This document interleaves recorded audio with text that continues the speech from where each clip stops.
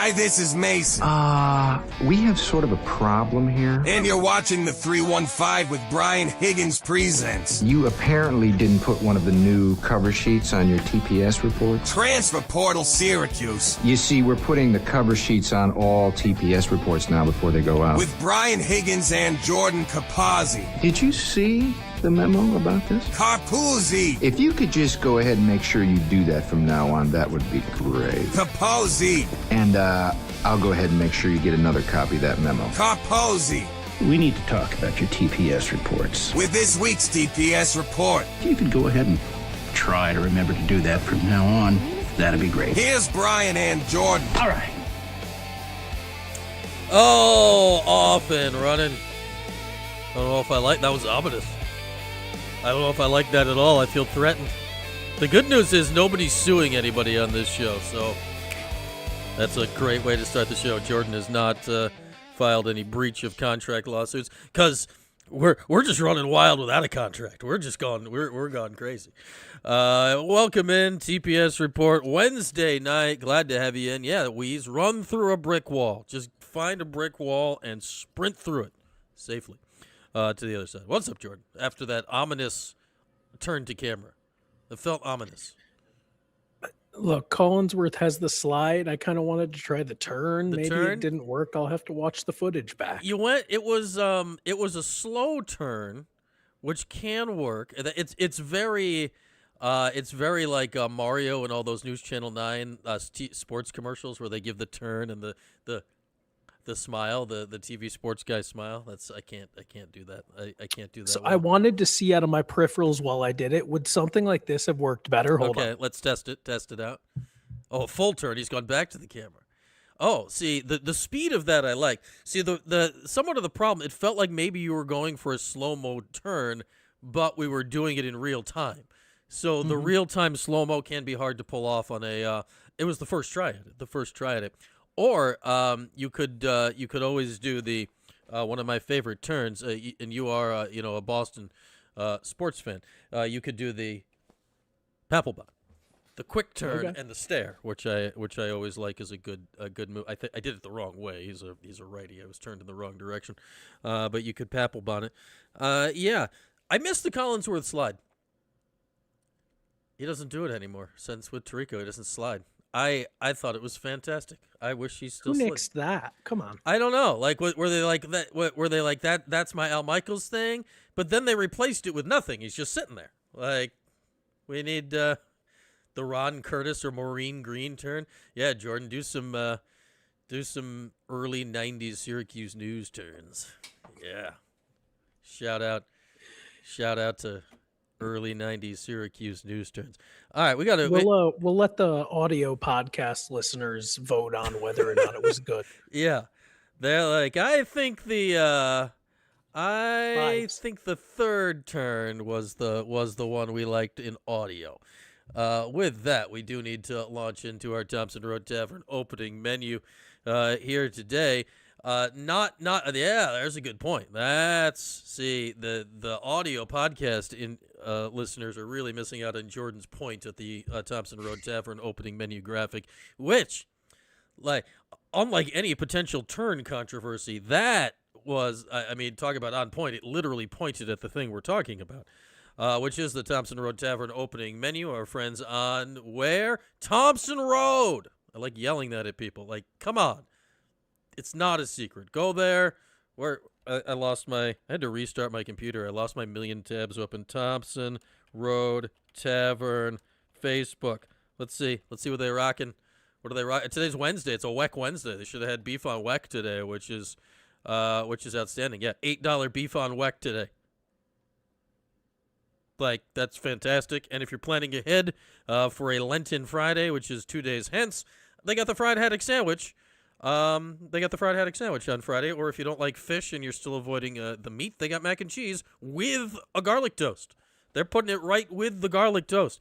Or if you're just feeling gluttonous, just get all of that.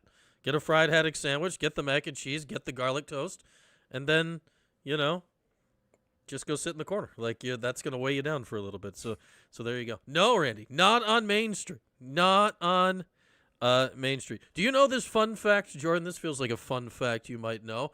What is the most common street name in America? Main Street? See, it was a trick question. I thought you might know it.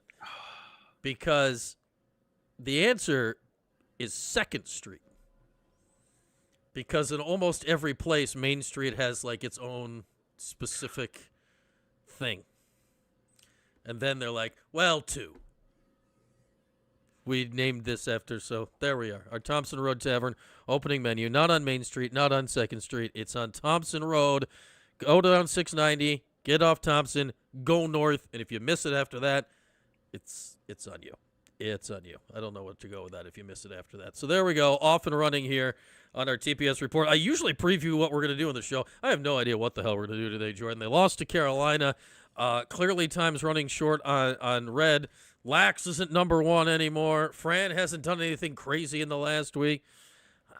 I don't know. I guess we start with the Carolina game unless you got something else. That just felt – it was just like, man – I was talking about that just earlier today in class. We were doing a whole bit on this Carolina game and reading Mike Waters' story and Donna's story and how everybody framed it. And they all pointed to it. William Kyle has that steal, fast break slam, game tied, crowd on its feet, timeout. For like a minute or two, it felt like everything was right in the world. And then it all fell apart. It was just like, yeah, fool's gold. Absolute fool's gold. Yeah, what is that? Is that 2 in a row or 2 of 3 games that William Kyle has gone coast to coast? William Kyle has heard everyone saying that he's been the best, most consistent player all season long. Yes, Kings has come on late. Yes, there are some who may have a higher ceiling, but I think William Kyle's like, I only have a few games to do this all myself. Let's see if I can do it. Maybe he should have started earlier. Maybe this was the plan. Nuts. Point Kyle. Point Kyle. Yeah, like I didn't know he had that in his bag. Like, and the dunk was like a casual reverse, like in traffic. Yeah, and then go figure, like the immediate next possession after the timeout, like Henry Visar gets the pump fake baseline drive, dunks himself. It was like, oh, he's like, oh, that's what we're doing now. Okay, somebody should have told me. We can do that. We can do that too. So yeah, it was one where the great moments this season have existed, right? Like that dunk happened. What else happened here? Yeah, a couple weeks ago, they won those 2 games. That was fun. The Tennessee game was nice. The Houston game for a while was fun. But man, they just have not been able to stack them. They cannot stack them on top of each other. It's just every now and again, there's this fleeting moment of fun, and it goes. It just vanishes. Yeah, I mean, the best part of that game, honestly, was just seeing the recent legends. Am I getting old, or was it just a smattering of recent legends? You know, Hughes. They're getting less recent. I got to see our old buddy Chris Joe. I got a what's up, baby, which is always good. Always good to see Chris. So it's good to see those guys turn out. Yeah, I mean, we're getting now to the point where we're going to watch these games. We're going to cover them. I know you'll be live for post game and it'll be a good time, but we are now officially past the point of intrigue for me. That Carolina game was the last one where it's like, all right, they played them once, they lost. Caleb Wilson's out. Let's see what they can do. They're at home. If they beat Louisville, it's so late that I honestly don't even care. Plus, it's at 9 p.m., so you're losing points. 9 o'clock on a Tuesday. The final game of the regular season will be interesting. I mean, I'm just interested for the vibes, really. Like, vibes are how weird. bad is the Fire Autry stuff gonna get? Yeah, I mean, I think everybody knows he's gone, which is funny because I have some neighbors here and they know that I've covered the team and, I speak with you and others. And somebody asked me today, he's like, you think he's fired? And I was like, yeah, dude, he's gone. It's like we're beyond that point. We heard that interview, the weird interview ACC conference where he was speaking in the past tense and stuff. And just I hate to say it, right, but I'm ready to get a move on, man. I think we're collectively as a community figuring out what might be realistic and what might not be for the coach, and got 3 more games, but I guess it'll be interesting to see who makes an impression these last 3 in terms of who fans want to stay and go. I don't know. Yeah, I mean, I've been living in a who's next world for the last month while we also cover this season, but it just feels like it was weird for a lot of you here in the chat that were with us on Monday. We were live. You know, that Red was scheduled for 11:30. He's not been the most on-time arriver for the ACC Zoom, so that got going at about 11:35. And, you know, like some weeks at his press conference or those things, he looks very, like, harried or stressed or whatever. He just kind of looks tired now. It's not even like it's wearing him. He just looks worn out. And it was the line of questions, like nobody was being mean about it. None of those questions were malicious from, I mean, we heard it was like Mike Waters and Chris Carlson and Donna. That was a DO reporter and Justin Gershon. And there was a couple other DO people in there asking questions all along like that various line of attack where they're not being mean about it. And like everyone gets the deal. And Red was pleasant enough about it. But man, that's the first time I feel like the fan base as a collective has been like, man, I feel bad for him. Yeah. Shout out to Justin, you mentioned, and Aiden. I sit near them at the games Aiden too. was in there Wonderful. also. Aiden was clearly working on a wonderful story guys. about Nate Kings, I think. So look for that. I felt a Nate Kings story coming in his near future. Felt like a senior day thing was going down. But I'm sure. Yeah. I mean, that's what they got to get everything for. So.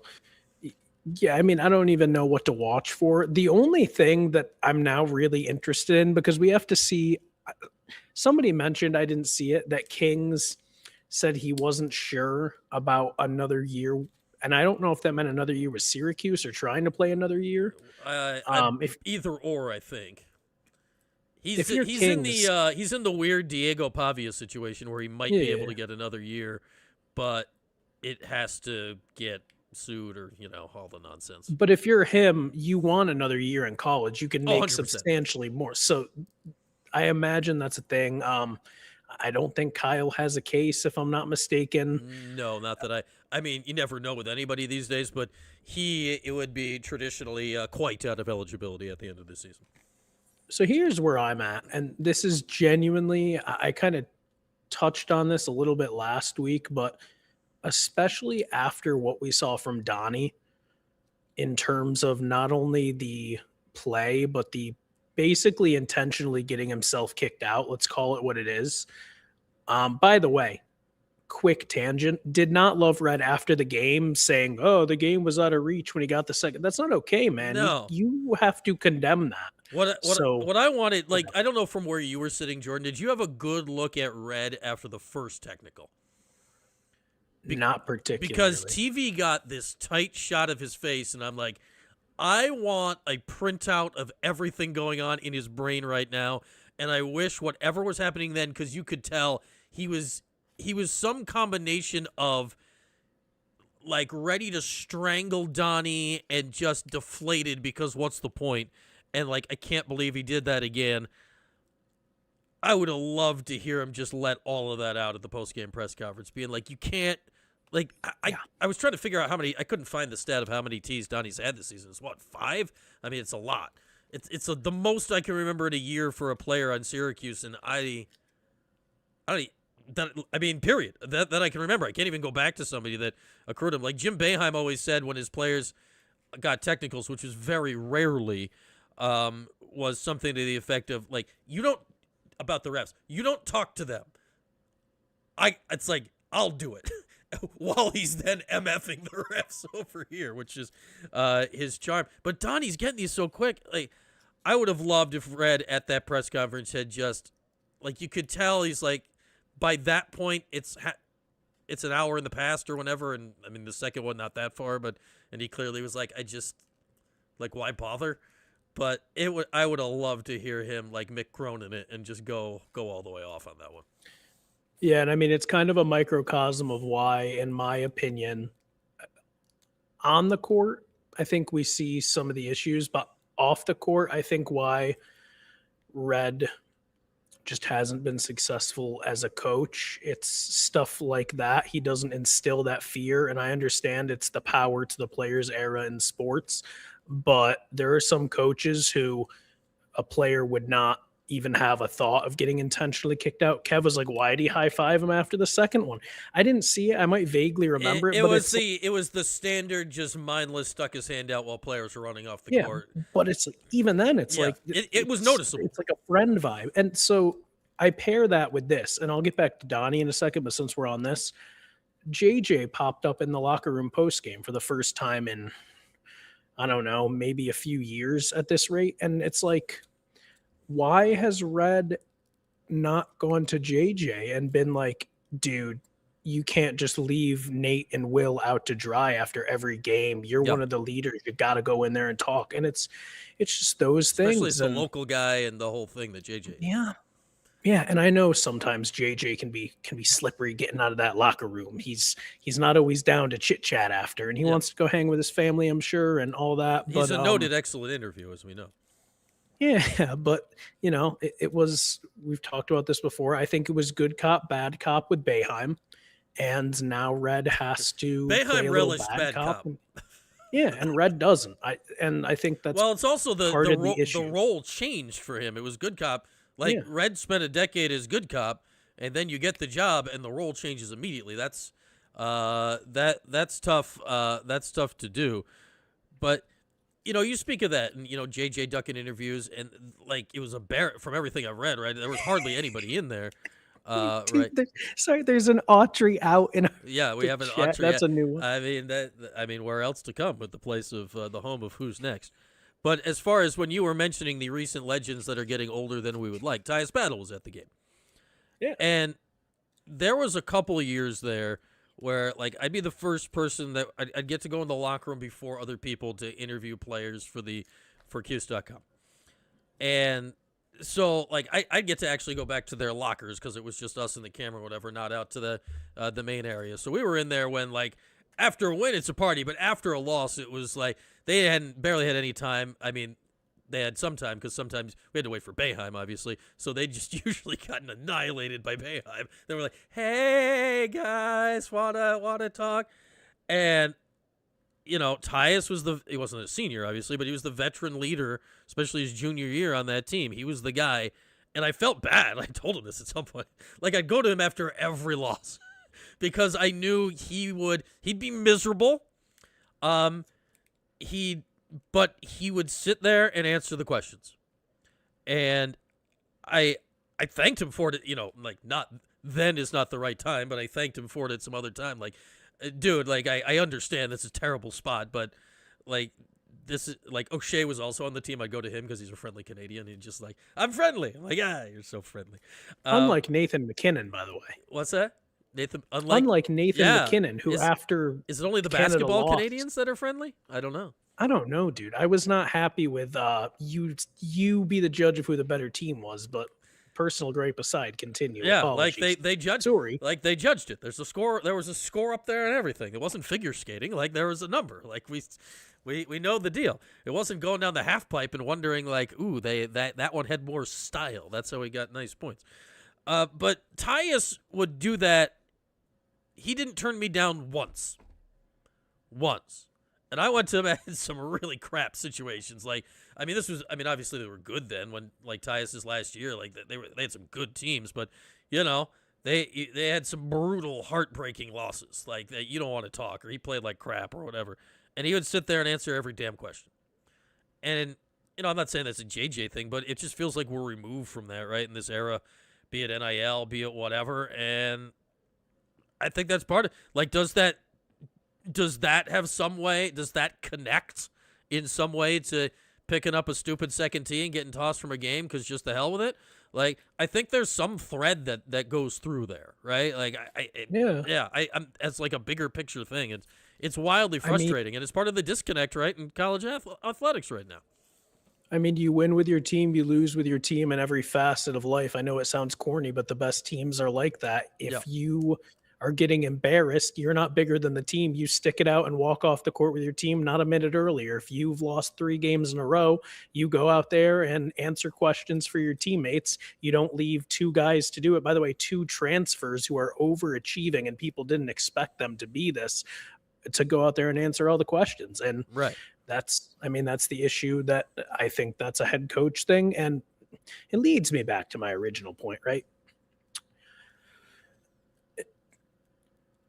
We talked about what would it be worth giving in terms of finances and times in terms of like roster construction to bring Donnie back.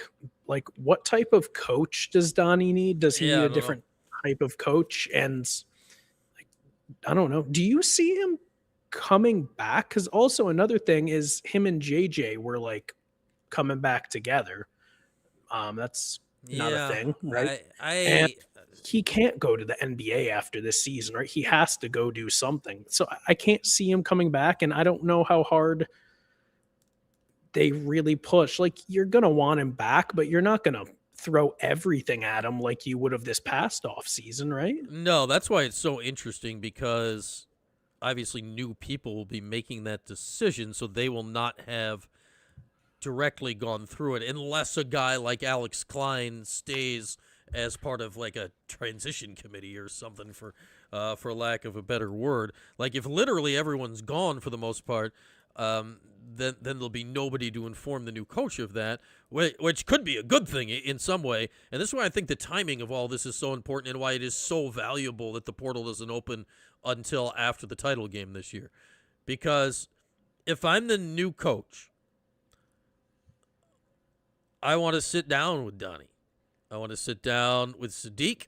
I want to sit down with Cayenne. I want to sit down with Nate Kings. I want to sit down with Nate George, right? Like any of these people that might have eligibility remaining, Tyler Betsy. I want to sit down with all of them just to make sure, from my perspective, at least the best you can in 2 weeks, have a clue what's going on here, right? To figure out, like, okay, are you a team cancer? Are you salvageable? If we were just running different, like, it's very possible a coach could come in with his offense and look at Donnie and be like, if we were running this stuff, this dude would be going 25 points every game. Like, it would be very easy to think that. So that's why I think that time is so valuable. Under the old system, they'd all be gone, right? Except, who knows about Cayenne? That's a whole different thing. But like, if the old system, if Donnie could leave like the week after the season, gone. Like, there's no way you stay around and wait to find out who the head coach is. You just go. You're gone. Now, maybe. And maybe the new coach, in the case, say it's Brian Hodgson. We've brought this up before. Brian Hodgson was actively recruiting Donnie Freeman to Alabama. He was Donnie Freeman's recruiter to Alabama. He has a relationship with him, so he's not going in blind. Like, in that situation, you can be like, all right, I knew this guy then. I've watched this guy from afar. Maybe they've stayed in touch or not. You never know. That's a thing these days where people stay in touch with old recruiters and all that stuff. Like, so maybe he knows what he'd want to do with them. And I think that's going to be so fascinating to watch, where in previous cases, it's just, Louisville didn't have anybody really worth keeping off those teams a couple of years ago. But when they made that change, it was just like, everyone's gone, everyone's new, go. I don't know how that's going to happen this time. Yeah, one thing I'm seeing in the chat from a few people is a lot of Mello is going to make sure this, Mello do that. I mean, he could if he felt like it. Well, that's the thing, and it's interesting because but he also is not. JJ leaves, Kyan stays, Kyan really gets his chance to shine. I mean, next year would be the year that Mello would shell out and be like, I'm gonna get my son every imaginable asset he can to look really good and bring this team back. So I'm Well, it'd be amazing if Mello looked at the roster and he's like, I don't like that Nate George or whatever, and he's like, you can have this money, but not for him. Like, maybe Mello would just pay people to leave. Yeah, he could go the other way. I mean, Melo's got cash. Melo's got all sorts of cash. Though he's not as rich as Melo is, and it's unfathomably rich. He's not a billionaire. He's made what? Not to sneeze at it, but he's made like $400 some odd million. It's a lot of money. He's got a lot of money, but he doesn't have like recklessly spend it all without literally a care in the world money. He has spent a lot of money, and it's mostly on hats. And he did not wear a hat last game, which I found fascinating. But, I don't know. Do we think Melo is contributing? I have no idea, Autry, but I know this. If he wanted to, he could. And to Jordan's point, like, if he wants Cayenne to look good, why What's the easiest way to look good in college basketball? Play with other good players. That's the easiest way to look good. Cayenne averages 20 as the team goes 5-27. Ugh, that'd be grim. That'd be grim. Yeah, I don't know. Like, I have no idea if and what Melo has done for NIL. What I do know is what he did for the Melo Center. Like that, he wrote a check for $3 million.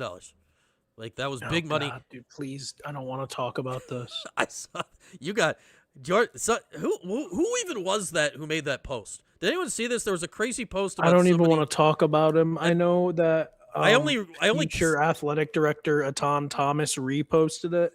It's some dude named Justin Morelli. Apparently he's an alum. Look, he's got a lot of followers. I'm sure he's doing a great job.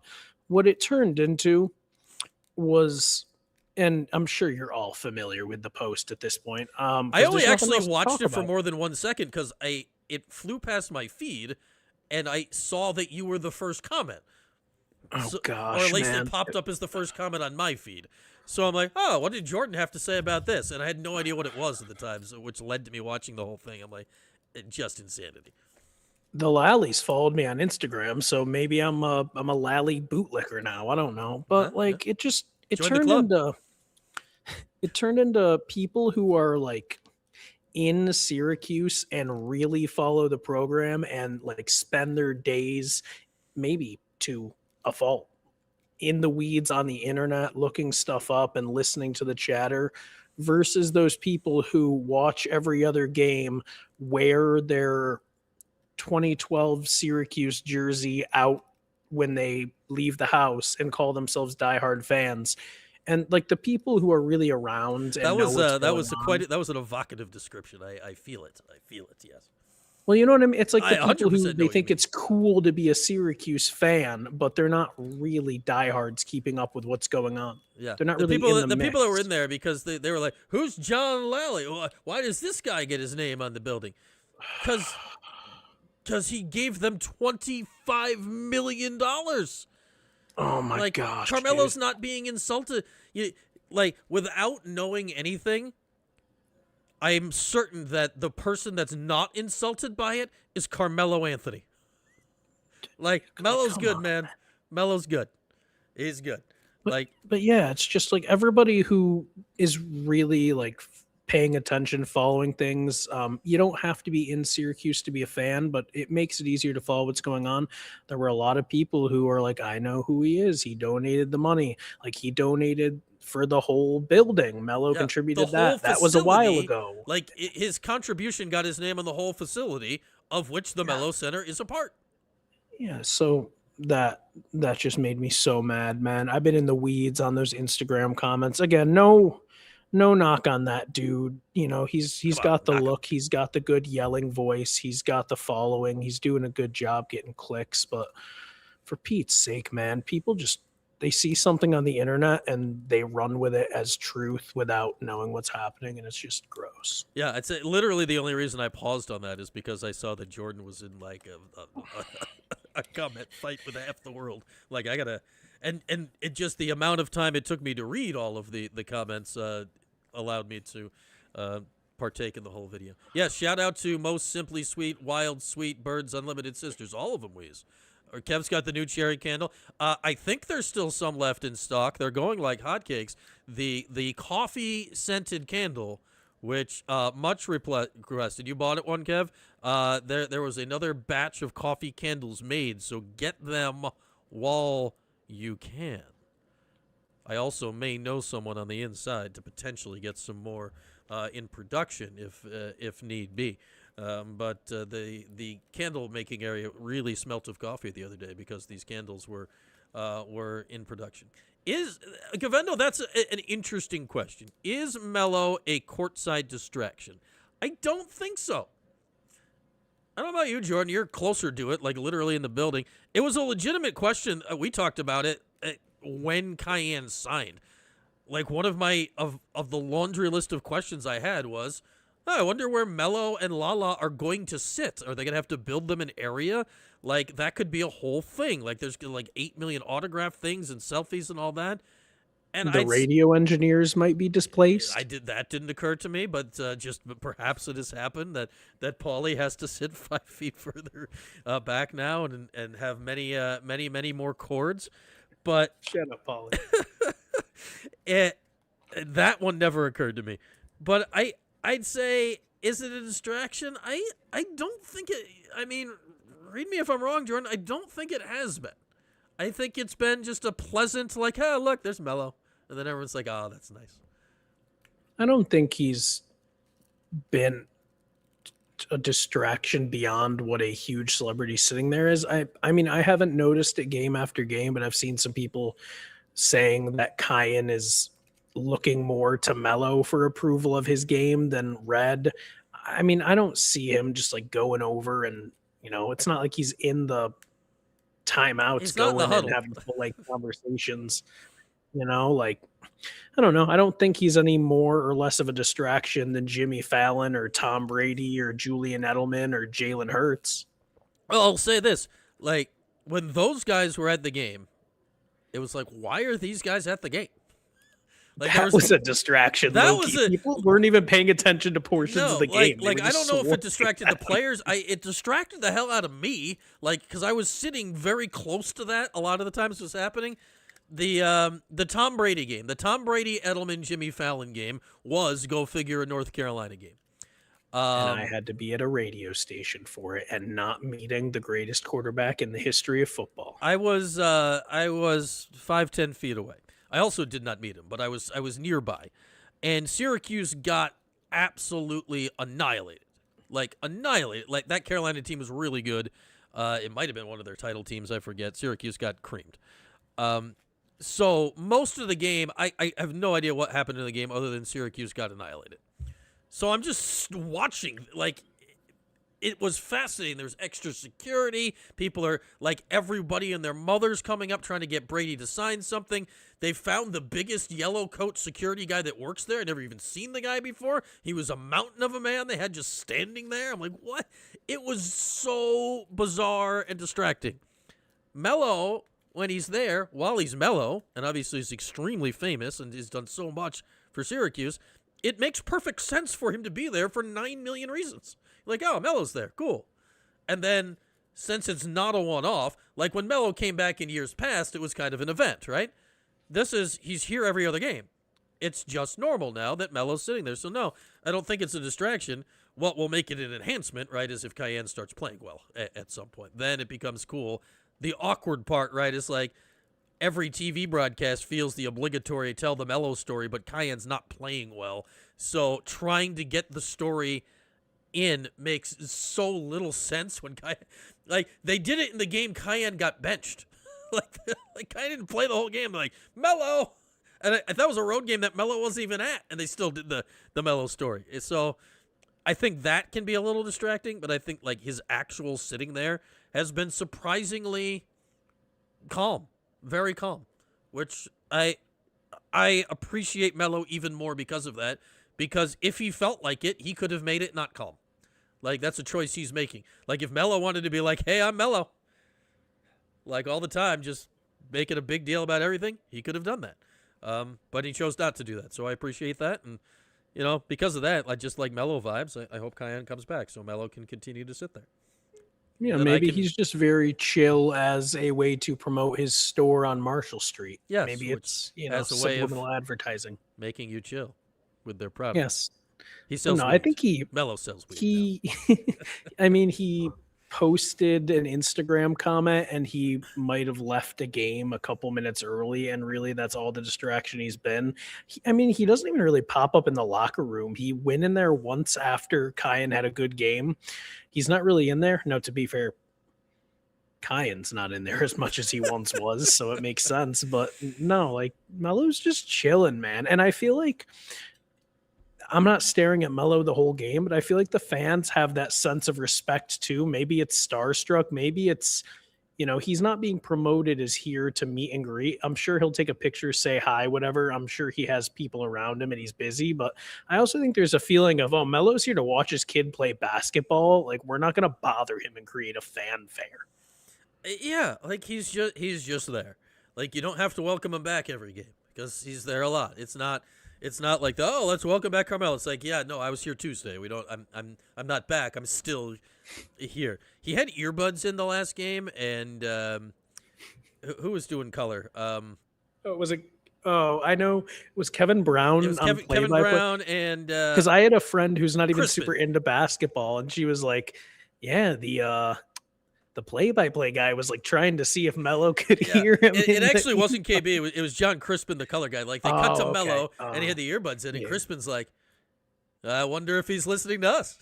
And then the next thing he said was like, "Oh, Cayenne Anthony, what an exciting future this young man has, blah, blah, blah, blah, blah." And like went over the top nice about Cayenne. And then like Melo didn't react. Then he's like, "All right, that was a test. I guess he's not listening to us." So I don't know what he had the earbuds in for. So I don't know. I don't know. He's got he's got podcasts and weed and NBC. Like he's a busy hats. Melo's busy. It could just be noise canceling. Maybe, yeah. Yeah, he might literally ambient noise setting. Yeah, he might just have them in to quiet it down, or just so people don't bother him. I don't know. Yeah. Oh yeah, that is plus 120, so people don't talk to him. Yeah. Rumor is that Mellon will listen to WAER. He's like, I need to get up with the student broadcasts. I am a professional broadcaster now, and I'm going to help critique these youngsters. That'll be hilarious if Melo just walks over to AER after the game and say, "Nice job, guys, but here's what you need to do better. We need more time and score." Melo. I love me some Melo. Shut up, Mel. So yeah, I mean that's Syracuse basketball, right? 3 games left. We'll see what happens, and I haven't been to this point yet, but I'm just excited to get a move on, and I'm excited to, get some answers. Like, is Josh Schertz actually realistic? Is Mike Hopkins? There's a lot of smoke around Hop in the last few days, like an odd amount of smoke around Hop. Yeah. And very popular dude. A lot of former players and alum, and everybody would love him. I feel like Hodgson is more realistic than Schertz and has some connections, or is and favored really wants by the job. Decision makers. Yeah, so I'm interested to see who turns out to be right, because I wasn't sold that Hop was super, super realistic at first. Like, I thought it was just a name you throw in there, but the more I hear people discuss him, and the longer his name stays relevant, the more I think it's a possibility. And I'm interested to see the reaction if they were to hire Mike Hopkins, if that's a possibility, if that's a thing. A lot of people would be big mad. It would be so interesting because, and I don't know why you brought up Alan Alda-Tronic, but I just looked him up. He just turned 90 at the end of January. Shout out to Alan Alda, still alive and 90 years old. Anywho, the famous actor Alan Alda. Come on, Jordan. No, you're okay. Using MASH. And like a lot of other things, because he's 90, so he was around for a while. Alan Alda was always good to just pop up for a bit part. You're like, it's Alan Alda. There he goes. So the Hop thing is interesting because of what I'm absolutely certain of is that Hop would desperately want the job still. Like, him leaving to Washington and everything that's happened since then, like, if for some reason Mike Hopkins got offered this job, he's not going to say, "No, you could have had me 9 years ago, screw it." No, he'd be say he would be here so fast to say yes, it would be shocking. Like, he's in New Orleans right now working with the Pelicans. You'd call, like, Wild Hack would call and be like, "So, Hop, you've got the and then he'd be in his office 4 seconds later. Hop was never afraid of a little caffeine. Like, that guy can move around. And I know this, like, everyone that wanted Hop to get the job years ago, not everyone, but I think a large percentage would be like, what the hell? Because it's a really weird time to bring him in. Then I guarantee you this. The one thing I'm certain of, if you hired Hop, is Hop would dominate the opening press conference. He wouldn't just win it. It would be a blowout just because that's a fantastic, like, unlike Red, Hop lives in that setting. Like, he fills the room. And then, like, could he do the job? I have no idea anymore. like I've said this before. I'll say it now. I'm sure I'll say it again. The biggest unanswered question in Syracuse basketball history, basically no matter what happens for the rest of time, is what would have happened if Hop stayed and got the job in 2018 or whenever he was supposed to get it. And giving him the job now won't answer that question. There is no way to answer that question. And I don't know. I don't think it makes – I love Hop. I don't think it makes sense at this time. I think, like, too much has happened. Too much time has passed. But there's more smoke. There's more smoke. Like, I've heard the name coming from too many directions for it not to – for something's happening. Like, I'm not saying – I'd still say if you told me right now, bet on who's getting the job, I bet Brian Hodgson. Like, right now, if you told me place one bet on who's getting the job, I bet Brian Hodgson. But I keep hearing Hop. It's got to mean something, right? It has to mean something. Yeah, I mean, at a certain point, people would stop talking about him who have the ability to talk to him and people who would know. Like, if it was just no chance, I don't think his name would come up as much as it is. I agree with the Hodgson thing, I guess.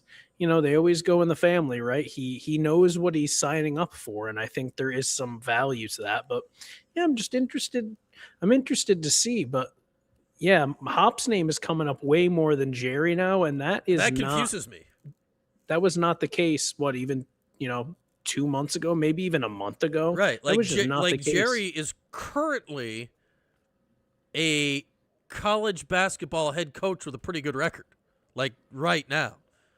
Mike has not been a head coach in – when did he get fired? I mean, 4 or 5 years ago? I mean, it's been a minute, 3 years ago. And, like, his best season was his second year. Like, it's been a while. It's been a while since that. I just yeah, Southside Boss 247 and welcome here. I agree with what you're saying. Like, that's part of the reason, like, and we'll never know, Hop had dudes lined up. Hop had dudes lined up to come. Isaiah Stewart would have been here. Quade Green, I mean, who knows? Kentucky threw him some money, I think, but it's possible Quade Green would have been here. And obviously, he ended up at Washington after the fact. Anyway, like, they did what? What? No, before NIL? No way. Like, Quade's always viewed as like a Jerry McNamara recruiting fail. In a different world, that's a Mike Hopkins recruiting success, because that's how that happened. Like, hey, I'll say this, though, Weeze and Jordan and all of you. If you tell me this, the next Syracuse basketball head coach is successful. And obviously that's not a guarantee, but if we know 5 years from now this hire is a good one, then yeah, hell, let's get Hop. Like, if you tell me it's going to be the right answer, like, then... If it's the right answer, then yeah, give me Hop over Brian Hodgson because I love Hop.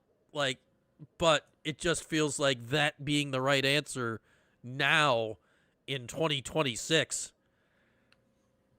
That feels hard. Like, it's hard for me to get there. It's really hard for me to get there.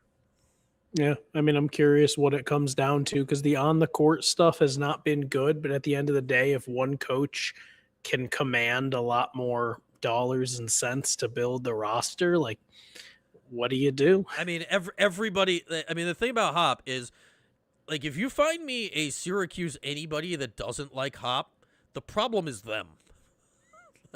like I don't know anyone that doesn't like Hop. Like, if you don't like Hop, that's just peculiar. Like, why? Like, I need like an hour explanation of what happened in your life to not like this guy. That has nothing to do with coaching. But yeah, I don't know. Do I think he's going to be the head coach? No. But there's more, to your point, like, when we started having these conversations, and this was partly because of how it came down initially, right? The Syracuse tie we talked about was Jerry. And that's not what's been happening the last few weeks. And Hop hasn't coached any games in the last few weeks, and Jerry has, which is, it's peculiar. And it can't be happening for no reason. It can't be. Nothing happens for no reason. No, like, what do we know? I mean, you probably know more than me, but what do we know? Just for funsies, you have to pick one. Who do you think is more likely to get this job, Mike Hopkins or Josh Schertz? Hop. Because the St. Louis fans continue to tell me that Josh Schertz is going to make the Billikens the Gonzaga of the Midwest. Dream job. Yeah, and that he's got it all set up, and he's got billionaire donors, and he went there very intentionally or whatnot. I keep thinking the more likely scenario is that one, a decent Big Ten opening happens, and Schertz goes there or waits a year or two. Like, if you're Josh Schertz, just wait out Ohio State or something, right? Like, you can go get that job. So I would say, Schertz having other options is the reason I say that, which really has nothing to do with Hop. It's more but that's fair. That's kind of what I'm saying. It's never been an I doubt Josh Schertz thing, or I don't think he'd do a good job thing. It's just he's clearly a great coach. Saying this, but I've been saying this since, for a while. Just some school with more money will come in and overpay him if they have to. Even if he does really well, some school will be willing to overpay him for doing a great job, because that's just how it is. So, I think I'm at the point where, unless after the season we start hearing some things about Jerry, because Jerry, utmost professional. He's probably not even talking to a soul about this, like anybody. He's fully focused. So unless we start hearing more Jerry stuff after the season, but I'm in the boat of a Hop, a Hodgson, or maybe a Jerry from the clouds. But I'm not even considering other names, and maybe that's narrow-minded and dumb. I'm considering other names, Jordan, because I consider 2 names a week. That's why we need you, though, because you're helping me. I'm doing a theme week. It's Xavier week. We considered a former Xavier coach on Monday. We're going to consider another former Xavier coach tomorrow here on Xavier week. Can you get a guy named Xavier? Maybe. Xavier McDaniels. He appeared on Bros versus Joes. He's the only one I got. Jerry, by the way, is 19-10 right now, 12-6 in the MAC, tied second in the MAC. 4 games back of Merrimack, though. Merrimack out in front, 16-2. How about that? MAC versus MAC. Yeah, I do like. Who's in the chat that calls him Jerry McNamara but spells it MAAC? I've been enjoying that. That's a good one. That scratches me right where I itch. BH, how do we arrange to send Hop a Simply Sweet Sister sourdough starter and Jerry candle? Well, holy S's. Yeah. I don't think it's legal quite yet to send the starter through the mail due to food issues. That's got to be bought in person. Or you can buy it in person. The main issue, we send it in care of, we send a box in care of Mike Hopkins to the New Orleans Pelicans and hope it gets there. To Hop. Signed us. Signed the chat. Does Hop rock out Panic at the Disco? Probably, Weeze. Hop's more of a, a Pearl Jam era type guy, but I don't think he discriminates. Hop always feels like he's rocking out to something permanently all the time. But, to go back to the idea of Schertz, right? And why I keep answering the question is who would I make the favorite right now is Brian Hodgson. It's what you said about Schertz. It feels like even if you got Schertz, that somebody would come in and take Schertz. Or that sounds weird, but you took my Schertz. Brian Hodgson seems to have made it clear that he wants to be, it's not that he wants to be a big-time head coach, which of course he does. It sounds like he wants to be the Syracuse head coach. And that's a pretty good tiebreaker to me. If it's close, right? I like the idea of the guy that wants to be there and gets it. He wants to be there, right? That I like. So hopefully if it comes to that, you talk about winning the press conferences. I know Hop would win the press conference. I don't know if I've ever actually heard Brian Hodgson speak. But I think he could potentially deliver an emotional Central New York, I've always loved Syracuse basketball, whatever press conference that would get everybody on his side pretty quickly, which is going to be important because we saw it with Fran, right? Fran is I've never seen a case of this quite like Fran, of going from who the hell is this guy to we all love this guy, right? It happened in a day. Everyone is so upset about Syracuse basketball right now. I usually find opening press conferences don't matter, but this one kind of does, because the fan base needs something. They need something to grab, and it's going to be like the first words of the new coach being exciting, and hopefully getting people excited about Syracuse basketball. Yeah, I mean, that's a good point.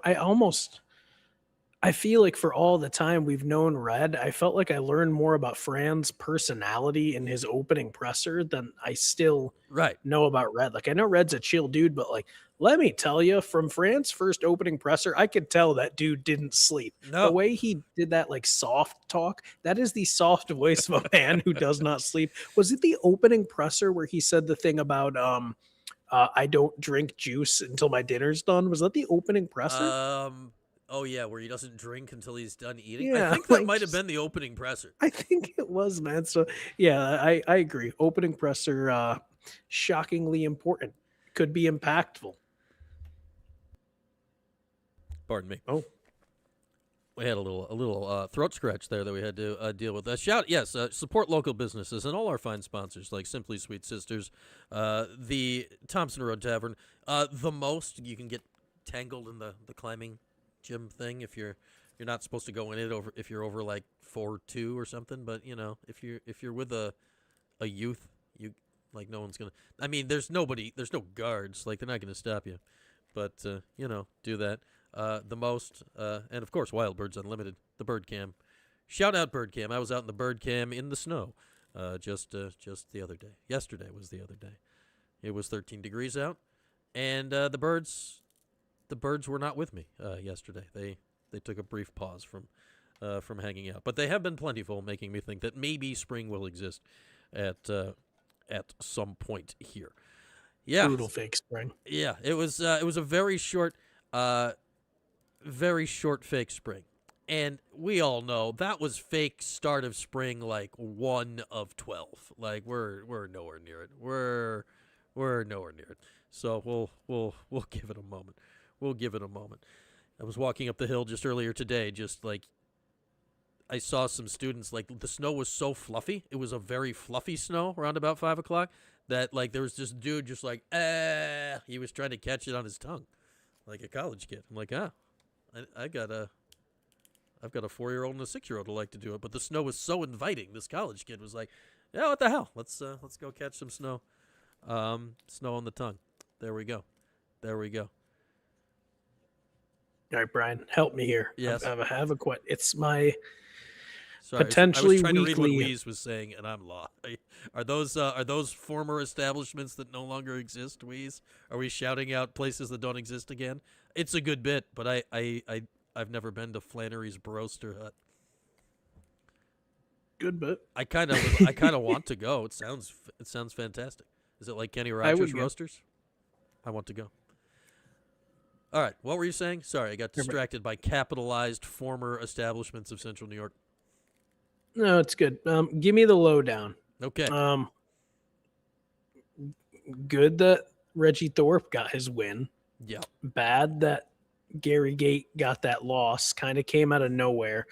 I'm less about that loss. Curious and more Maryland also lost to Princeton right after. So is this a lacrosse is crazy thing? Is this a maybe Maryland's not like a top, 2 team thing? Is this it's early in the season, who cares thing? Because, I mean, you know how it is, right? Your team loses a game and then the team you beat loses, and then it just takes the wind out of the sails. And we know they're good, but what did you make of all that? Because it really fans were on cloud 9 after that win, and then they were on like shortly cloud after 12. it's like It was higher than 9. The loss to Harvard, you'd like to think they would have won. It wasn't that shocking. No, they played 2 overtime games with that same team a year ago. So to assume Syracuse was going to blow them out going in was faulty thinking. You would have preferred to win, but was it entirely shocking? No. Harvard's a solid team. The Inside Lacrosse top 20 on Monday, Syracuse fell to 6th.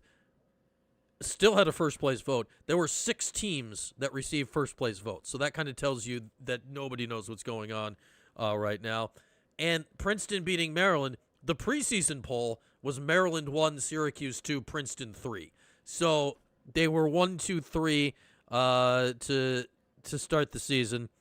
And so was the fact that the shocking thing is Maryland losing 2 games in a row, not that Maryland lost to Syracuse and Maryland lost to Princeton. So it's like everything you just said is partly true, Jordan, and it's been and this is why playing lacrosse in early February leads to bizarre things happening.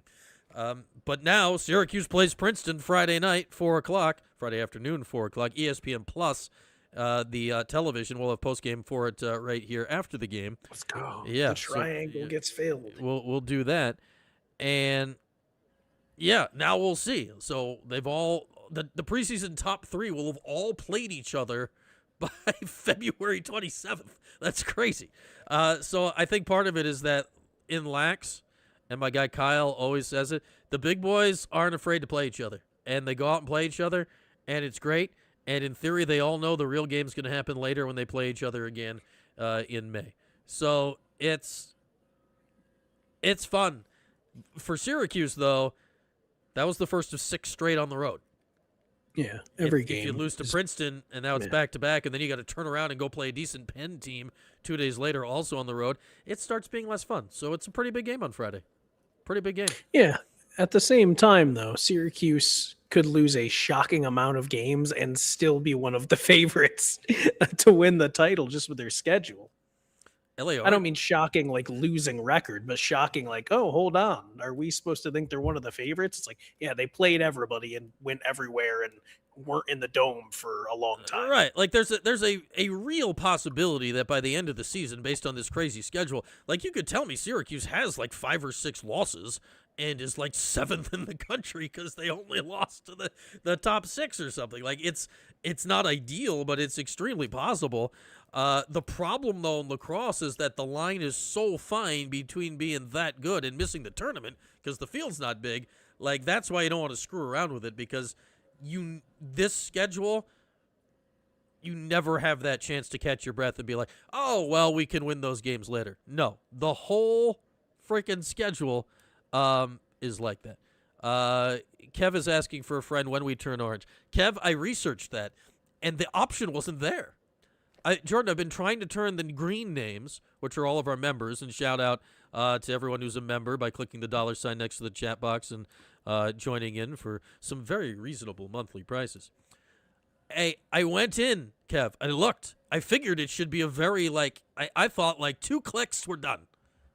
No, just, it wasn't there. I couldn't find, I had so many options to change different things, and changing the color of the name of members was not one of them. And I Googled it, and I Googled some more, and AI'd. I tried so many things, and nothing came up. And that really flummoxed me, because I assumed it would be easy once I got around to it, and B, assumed even if I couldn't figure it out, Googling the thing that's on YouTube, which is owned by, Google, it would make sense. Yeah, no. Was not a thing. What's LA Orange's rumor? I like rumors. Let's go up to this rumor here. It's going crazy. Crazy internet rumors? Yeah, I don't know. Warring Hop plus Mello plus stakeholders and 30 million. Lally and Hodgson and rumors. Well, John Lally's on the search committee for the athletic director. Yeah, I don't know. Everything I'm hearing is just rumors. I don't know what's true or what's not true.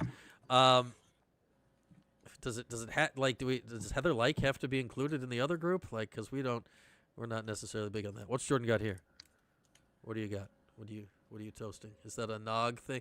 Oh, a Ferrero Rocher. Oh. I still have not brought. I still have them sitting. I need to get you those. We need to meet at the Thompson Road Tavern, and we need to do an exchange. An exchange of Nog items. Because the finale comes before Syracuse's finale, so it's got to be next week. Yes, I need to get and then I can cookies. Take those cookies and compare them to Calvin Russell because they're a true two-way player, a food and a drink, and they are severely out of season, just like Calvin Russell right now. Oh, and you've got the whole answer already. And we can put a wrap on this. Okay. But what if I taste them and I have a change of heart? So tune in next week. That's true. Have Max ring up the CEO of YouTube and demand the orange change color. Yeah, I'll get right on that, Ryan. You know what the hardest thing in the world is trying to do is if you need any tech support involving YouTube is communicating with a human being. It is literally impossible. Not possible. Like, it's not even like a little bit possible. It is so impossible. Like, you don't have to just know somebody that knows somebody. Like, you have to probably like live in the same house as like the CEO of Alphabet to have any chance of pulling that off. It's shocking. Yeah, I prefer Field, but it's just because I've been watching Field for longer, and the Syracuse Smash aren't here anymore, so I can't easily go to a game. Still surprised that failed. I thought that would have succeeded. Can't have nice things. No. Kev will buy Sunday.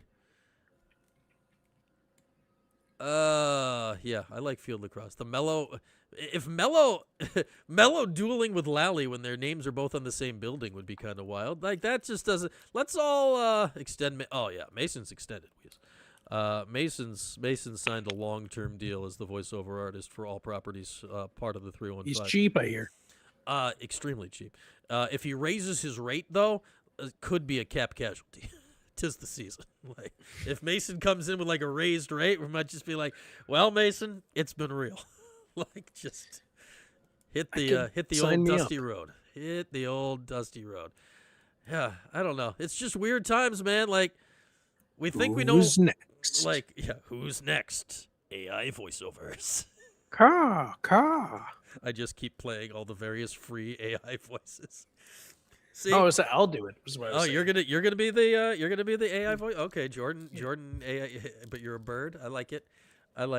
The you know how I think that's part of why I like using Mason. Like, there's so many of these way too realistic AI voices now that sound like real people that aren't the person, and it's like, what is going on with this? I love Mason because it's very obvious that's not a real person working here. It's very obvious thing. Yeah, like if Mello and Lally having beef would be weird. That like, why would they have beef? Like, I just can't see it, man. Like, if those are just internet rumors, Mello's really pissed off about that font size. I mean, dude, I could fully see them just stemming from that video, man. People really think that stupid Instagram. I mean, realistically, you're probably right, because why? I have never heard those two in the same sentence before that video. Like, I have no reason to think those two don't get along. Like, and John's been mainly a football guy over the years. They would have no reason to really interact at any conceivable level. And now that's the only thing I see about it is, like, because I saw Devo and James Sutherland talking about it on there, how I think it was Sutherland who said it, but Devo seconded it. Cool. That the admin just only cares about football now. And so if you want to find a potential point of beef, I guess you could try to throw it there. But I just think people saw a video and then someone put in there like, oh, they're beefing. And, you can easily tie Lally to Hodgson, and then you can easily tie Mello to Hop. And there you go. You got an internet rumor on a fan board. Boom. Yeah, it's very... origin story. I mean, out of all of the like internet origin stories of weird crap like that we don't know if it's real or not, that one makes more sense to me than anyone I've ever heard, which means that, yeah, I have not heard anything about beef between Mello and John Lally. Hey, that's what happens when the team is so far out of tournament contention that you just need things to talk about. Yeah. Here's the main thing right now. What we need, though, like a Mello, a Lally, all of the types like that, what the athletic department as a whole needs right now is those people pulling in the same direction. Whatever that direction may be, if those types are pulling in the same direction, they've got a shot of getting this right. Because there's a lot of things they need to get right now. If literally, and I'm not saying it's like the stupid crap with Weitzman and Lally, like just all of the stuff like that, too much pulling this way. Like, this is there's a line from Succession that keeps popping up on my Instagram feed, in which Brian Cox has summarily destroyed his children once more and is just yelling at them, "I'm trying to turn a tanker!" Like, that's what this is right now. They're trying. They gotta it's a slow turning thing, but you gotta get the whole damn thing pointed in the right direction. And I just wanted to yell that line because it's a good one. Yeah. Mason got promoted from AI Friday to voiceover artist. He came out of AI Friday still alive and with a gig. Everyone else involved with AI Friday, not so much. So a shout out to Mason for like really acing that job interview for voiceover artist. Really did it. Really did it. Bring back the misplaced stock images. Those were a real hit for AI Friday. Oh, that was a vibe, man. I had more of those in the line, and then AI Friday got abruptly canceled, so we didn't quite get to. Did not quite get to the rest of them. Now Weeze is shouting out a font. That may be the sign to go that we're talking fonts on a Wednesday. Yeah, egos, rumor. Like, I'm not saying it's not happening, LA Orange. I just haven't heard it from anything reliable yet. It could be happening. Yeah, that's the problem. You get it millionaires and billionaires in one place. Egos have a way of destroying a lot of crap. So I don't know what's going to happen with any of this, but it's the next, what is it? Here we are on February 25th. The next month is going to be fascinating. Yeah, who's if we're quoting movies, who's going to go, I'm the captain now? Who's Captain Phillipsing this joint? I will say, though, if for all of this, that is a great point from LA Orange, which is like, I mean, Wild Hack's on the way out, so yeah. It could be just like, people like, I'm going to be the main person. Yeah, Syracuse needs somebody to say, I'm the captain now, but unlike the movie, it needs not to be a pirate. It needs to be like a captain to say, I'm the captain now. We don't need the Somalian pirate wrestling control of the athletic department. We need somebody to come in like the Navy did with snipers and get this thing in order, because it's a mess right now. And Wild Hack's on the way out, the Chancellor's on the way out. Nothing has been announced, even though there keep being rumors, a new Chancellor and all this stuff, and maybe the next AD's there. Well, I'm just going to keep quoting other things and other people. To quote my beloved Coach Mack, not the soccer coach who sent out a spring update email today, which I found delightful, that he's like his own PR guy when he feels like it. I'm like, an email from Coach Mack. Yeah, while he's on this search committee. Yeah, like he's searching, he's emailing. God bless that Coach Mack. He's doing it all. As far as the other Coach Mack, one Dick McPherson, who would always say, if ifs and buts were candy and nuts, it would be Christmas every day. There's a lot of ifs and buts going on right now. We need something to actually happen. Yeah. When do you think they announce? Okay. So, I mean, there's been a little complication if the answer was potentially yes, but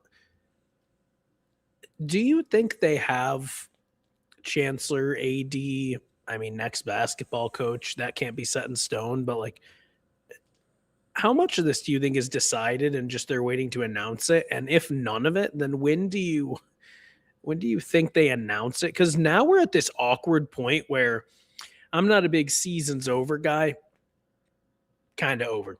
Yeah. And now it's just awkward stalling. It's like when you have plans, right? You have plans at 5 p.m. on a Saturday to go do something, and you're just sitting around waiting for your plans to start. It's a real weird feeling. You're just kind of anxious. You just want time. Like, we're not meeting until 10? Yeah. I'm old now. That's late. So, like, they gotta, once the season is actually over, they've got to do all this stuff pretty quick, right? To get it out there. Out of all of those three things, Chancellor, AD, and basketball coach, I'd feel strongest about that they're most set on Chancellor. And I keep hearing that that's probably going to get announced sooner than later. Okay. Well, if it's going to get announced sooner than later, go sooner. Yeah, just what are we, like, if you know the answer, like, what are we doing? What do we, like, do it? and go. Do it now. Like literally right now. Like I've said, yeah, like now, come on the show, do it now. I can put another box on the screen. Let's get crazy with it. Like if you're gonna announce Mike Haney's the next chancellor, just freaking do it. He's the vice chancellor. He's right there. Like what are we waiting on? Like we need a background check or something? Like the dude's right freaking there. And if not, then like what's going on? Then the AD thing, personally, I've said it from the beginning. I think Heather Lyke that's a bad idea. She did not do a good job at Pitt. She got fired at Pitt. Like, you're going to hire somebody that got fired from your main rival? Be like, yeah, we got it right. Like, what? Well, especially now, too, because if there's one thing Syracuse doesn't like doing, I mean, let's take a common thing we say about men's basketball head coaches and let's apply it to the AD. They don't like hiring people who come with baggage. Right. Like, are you really going to hire somebody that allegedly left Pitt with the same women's basketball controversy that Syracuse had, and also, when you're about to hire a new basketball coach, signed what might be the worst contract in major college basketball right now? That's a terrible combination of things. It's a horrendous combination. Like, don't do that. Like, you better give me a really long list of things she does well to overcome that. Because those are two things, controversy-wise and contract-wise, that are absolutely program killers. Like, what are you doing? And, like, there's plenty of other people capable of being AD. Like, and there's a committee that Coach Mack's on, and I feel he should be given a fair shot to, interview some people. I think he would deliver a brilliantly British-sounding interview that could really cut to the core of what this department needs. And who actually knows better than, think of Ian McIntyre in this position. Ian was hired by Darryl Gross, worked for Mark Coyle, and won a national championship when John Wildhack was the athletic director. Yeah, he may actually know a thing or two here. Let's go. I don't know. But we need something, man. We need something to happen. Good night, John Boy in the YouTube chat is funny. Good night, John. Okay. That's funny. No, I agree. I do, and what do I know? But based on the timing of the hiring and the position and Wildhack's reasoning that he signed the extension, I find it hard to believe there wasn't at least that wasn't maybe the plan at one point, or at least a possible plan at one point. But I think now is okay. Maybe you have to pivot. I think that was a plan. And I think plans sometimes need to change, which is good. Credit to plans for changing. It seems like it was a plan. It's not a plan that's ever been announced, or to my knowledge, contractually signed. You know what? That's why you don't announce things early, because you never know what could happen. You never know who's going to accidentally step into a rando scandal after the fact. That was whistleblown by the former assistant coach from here. Shout out to John Markham. I don't know. Like we're dancing around in circles with it. We badly need something to happen. We badly need something to happen just to actually start the wheels of progress and change going with all this stuff.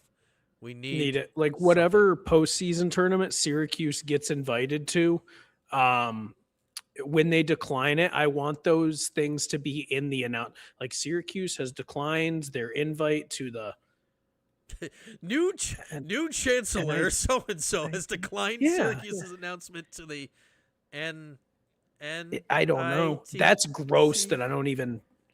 That's gross. They're not going to make the NIT. I don't think they're going to get invited. Yeah, that's disgusting. Is the CBI still a thing? I don't know. And then Fox has that new one for Big East teams, and I don't know. People are just making up crap at this point. I hate all those tournaments. Oh gosh, that's as bad as anything that's. I know it's bad and the standard should be way, way higher, but just sitting here and not being able to confidently say they'd get an NIT invite. Although wasn't the thing last year or whichever year it was, they preemptively declined an NIT invite that they might not have been getting at all. Yeah. So declined the thing they didn't have. Yikes. Smart, by the way. Good strategy. That's like you send back an RSVP of your regrets that you can't make it to a wedding that you didn't get invited to. Oh, my regrets. The CCBI is possible. The CBICBIC. I don't know. All right. With that, let's adjourn for the evening. Next, one thing for Super Cat. What do you have? Super Cat.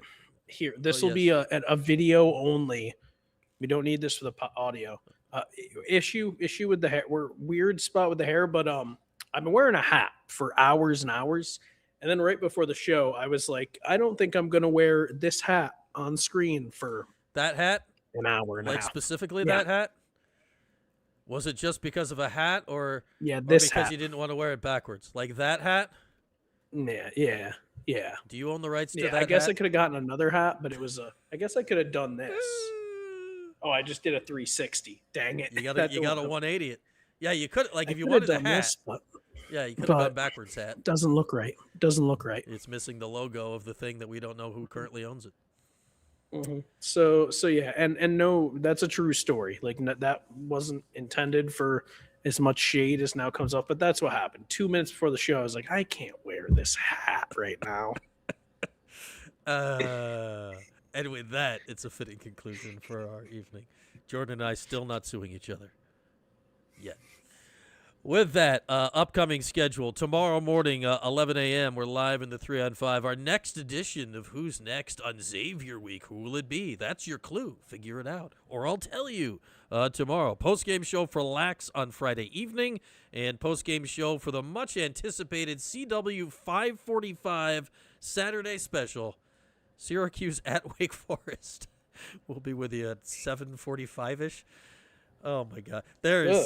How perfect is it that Syracuse at Wake Forest is tipping off at 5:45 on the CW? There's nothing more beautiful. Oh, another gripe. We got time. Another gripe, brother. They always find a way to put their games, no matter how unimportant they are, during WWE premium live events. And that makes me angry.